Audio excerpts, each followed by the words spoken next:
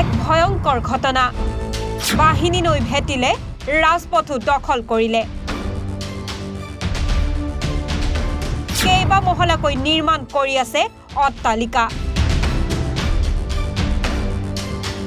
দিছপুৰৰ কাষতে ভূমি বেদখল কাণ্ড ক'ত হৈ আছে মহানগৰ প্ৰশাসন গণেশগুৰিৰ এই মন্দিৰটো নেদেখে কিয় কামেশ্বৰনাথ হনুমান মন্দিৰৰ নামত চলিছে বেদখল গুৱাহাটী মহানগৰ সমাজতে এটা মন্দিৰৰ নামত ব্যাপক বেদখল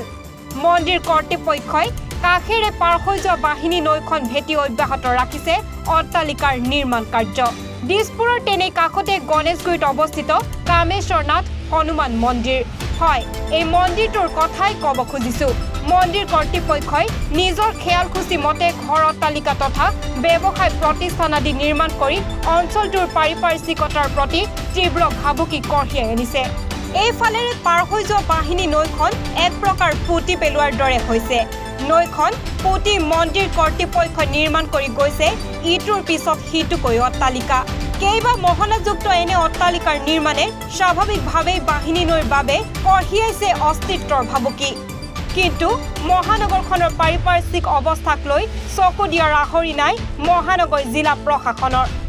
গণেশগুৰিৰ জিএছ ৰোড সংলগ্ন কেকুৰা নগৰলৈ যোৱা পথটোৰ গাতে লাগি আছে হনুমান মন্দিৰটো মন্দিৰটোৰ নামত মাটি আবণ্টন লৈ তাত নিজে বসবাস কৰাৰ লগতে ঘৰ ভাড়া দিবলৈ অট্টালিকা নিৰ্মাণ কৰা কাৰ্য কেনেদৰে সম্ভৱ হ'বলৈ পালে সেয়া কোনো উত্তৰ নোহোৱা হাতৰ